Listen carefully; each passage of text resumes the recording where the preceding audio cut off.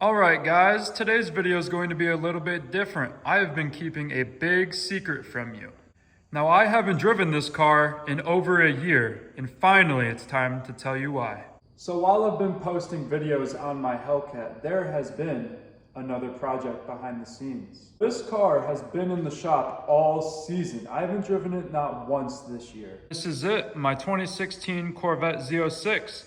I have been dying to show you guys this car, but I wanted to wait until it was really ready.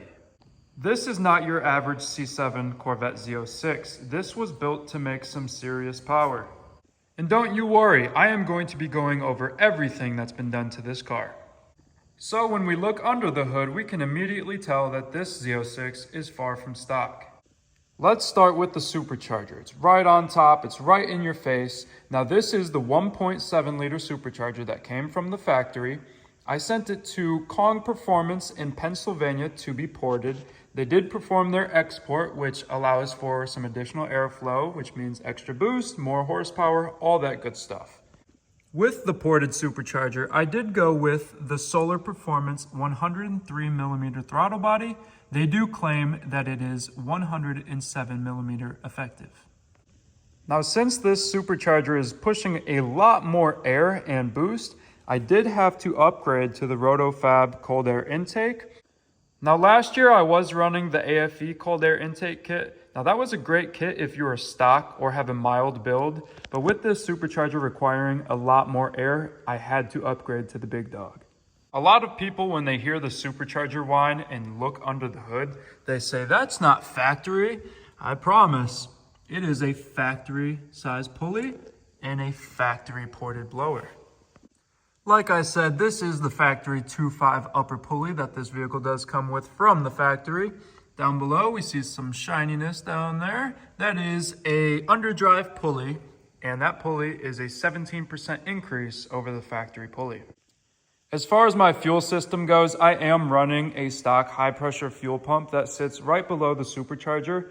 I am running DSX tuning auxiliary fuel pump. I believe it sits right behind the driver wheel well or the passenger, I can't remember. Along with the DSX auxiliary fuel pump, I am running their Flex Fuel kit.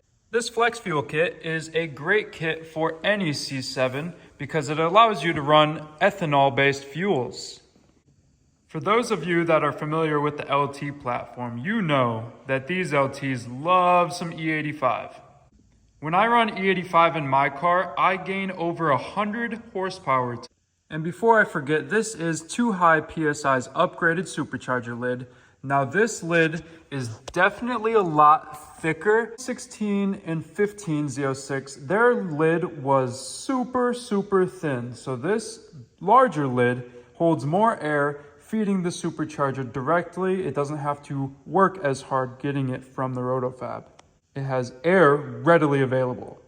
With the Flex Fuel sensor kit that I do have, I am able to run 93, E85, or even a blend whenever I choose. Currently, I am running full E85 because I want all the power. When I dropped my car off to the shop, I told them I wanted my cylinder heads ported and I wanted a new cam. Really, all you need to make great power in a C7 Z06, heads, cam, maybe port the Supercharger, and some E85, you will be blown away about how fast your C7 will be. This car sounds so much different with the heads and cam. I can say it was loud last year, now it's just insane. So what allows me to run E85 is not only the DSX sensor, but this port injection plates. Now my port injection is from 2 high PSI, and it allows me to run more fuel and make more power. You guys are going to be the first ones to know what this car made on the dyno. Roll the clip.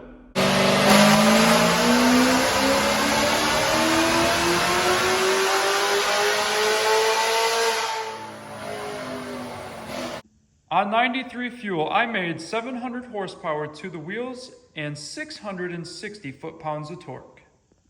Now earlier in the video, I did mention that running E85 fuel over 93 increased my horsepower by over 100 horsepower to the rear wheels. On E85, my car on the dyno ran 816 horsepower and 730 foot-pounds of torque. You guys have to be wondering, do I have traction at over 800 horsepower to the tire? Thanks to these 325 Mickey Thompson ET Street Rs, we can get pretty good traction on a 60 roll, 50 roll, as long as I roll into the gear, not mash the pedal. As far as dig racing, don't ask me. I don't know how much faith I have in these tires. As far as the specs go on my rear wheel setup, these are Fordstar D5 beadlocks. They are an 18-inch tire and they are 12 inches wide. I do have some 18x5 front skinnies. They are the same Fordstar D5 wheels as the rear, so they will match and look so much better. I don't know if you guys can see, but these tires are wide.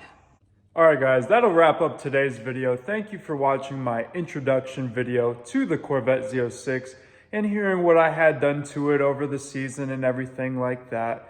We only have a few more weeks left of this season, so I'm going to enjoy it while I can, and who knows, maybe over the winter we might do a few more things to it. What do you guys think?